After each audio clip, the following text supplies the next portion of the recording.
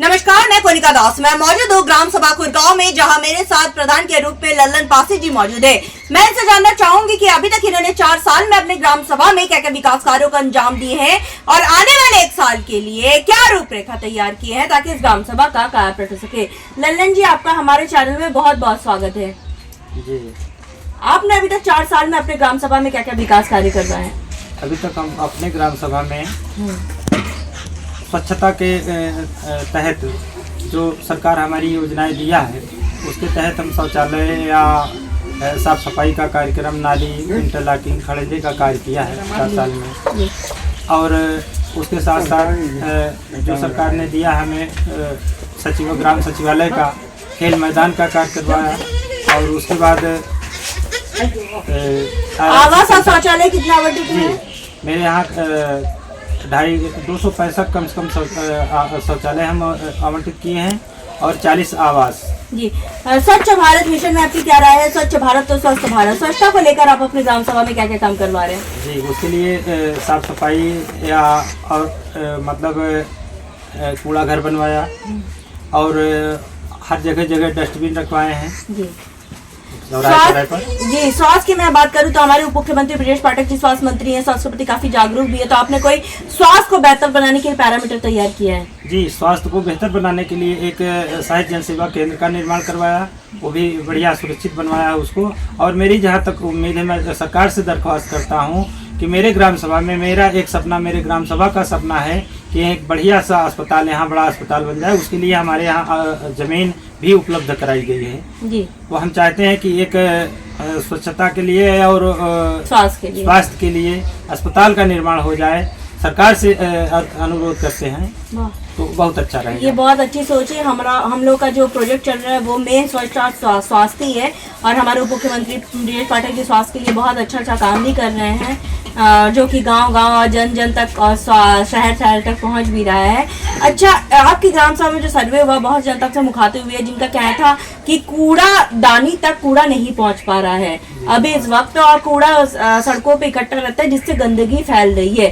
इसका निवारण अब कब तक करवा देंगे? नहीं, इसका निवारण हो गया है, सरकार ने दे दिया है। हर ग्राम सभा में आरआरसी सेंटर जो बन रहे हैं उससे पहले एक कूड़ा गाड़ी की भी व्यवस्था की गई है। तो जो सफाई कर्मचारी रखे गए हैं हर ग्राम सभा में, प्रति ग्राम सभा में सफाई कर्मचारियों के माध्यम से घर घर से कूड़ा उठाया जा रहा है और जो कूड़ा घर बनाया गया है, आरआरसी सेंटर का निर्माण करवाया गया है, वहाँ पर ले जाया जा रहा है। अच्छा, कोटेदार लेखपाल कैसे आपकी ग्राम सभा में? और कोटेदार और लेखपाल की जो भूमिका है मेरे हिसाब से तो बहुत अच्छा नहीं है। लोगों को न राशन बढ़िया मिल पा रहा है और लेखपाल अपनी मनमानी करता है। जब मन चाहता है आता है, जब मन चाहता है नहीं आता है और किसी के कहने पर कोई कार्य नहीं करता जो जरूरी काम है। मेरे यहाँ ना तो चकरोट का नाप करवाया और अभी आंगनवाड़ी का मैं जो बनवाया अपने से चिन्हित करके बनवाया, उसके लिए मैं उससे भी कहा, नहीं आया। और 2-3 नए चकरोट का निर्माण करवाना है, उसके लिए मैं दरख्वास्त भी दिया, लेकिन उस पर कोई सुनवाई नहीं किया।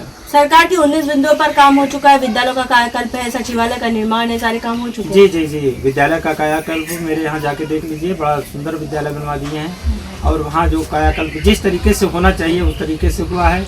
और खेल मैदान का भी कार्य हुआ है, निर्माण हुआ है। अब उसके बाद अभी आंगनवाड़ी का कार्य चल रहा है। सरकार से आप क्या मदद चाहते हैं कि आपकी ग्राम सभा का विकास हो सके और आम जनमानस से आप क्या कहना चाहेंगे? जी, सरकार से हम ये चाहते हैं कि जनसंख्या के आधार पर जैसे 30% हम लोगों का पैसा कट जा रहा है, क्षेत्र पंचायत में जा रहा है, वो हमारा अधिकार जो छीना गया है उसको हमें वापस किया जाए, जिससे गांव का सुदृढ़ रूप से व्यवस्था की जा सके। हमारे साथ प्रधान जी मौजूद थे, जिनका साफ तौर पे कहना है कि इन्होंने अथक प्रयास किए ताकि इस ग्राम सभा को नंबर 1 ग्राम सभा बनाया जाए। जैसा कि इन्होंने साफ तौर पे कहा, इनका ड्रीम प्रोजेक्ट का सपना है इस ग्राम सभा में स्वास्थ्य उपकेंद्र बनाना, जो कि हाँ हम लोग का मेन मिशन भी चल रहा है, स्वास्थ्य और स्वच्छता, जिनकी इनकी बहुत अच्छी सोच है और स्वास्थ्य के विषय में ये सोचते हैं ताकि आम जनमानस को सारी सुविधाएं उपलब्ध हो सके। जब हम ग्राम सभा में सर्वे किए थे, बहुत सी जनता से मुखातिब हुए थे, जिनका कहना था कि कूड़ादानी तक नहीं पहुंच पा रहा है, जिस पर हमने आपसे वादा किया था गाँव की कहानी प्रधान की जुबानी आप तक ले कराएंगे और प्रधान की समस्याओं से भी आपको रूबरू कराएंगे, ताकि आप इनको वक्त दें। इनके पास अभी भी लगभग 1 साल का वक्त है। जैसे जैसे बजट आएगा अपने ग्राम के विकास के लिए वैसे वैसे काम कराएंगे। और हमें उम्मीद भी है प्रधान जी आप ग्रामवासी की समस्याओं को इसी तरह न केवल सुनेंगे, उसका निवारण भी करेंगे। जी जी, अब इस समय चल रहा है जो आवास का सर्वे किया जा रहा है। हम सरकार से दरखास्त करते हैं कि जैसे एक परिवार में 3-4 लोग पति पत्नी रह रहे हैं, 2-4 कमरे बने हैं, तो उनके लिए उसमें से 1-2 व्यक्तियों को आवास मिलना चाहिए।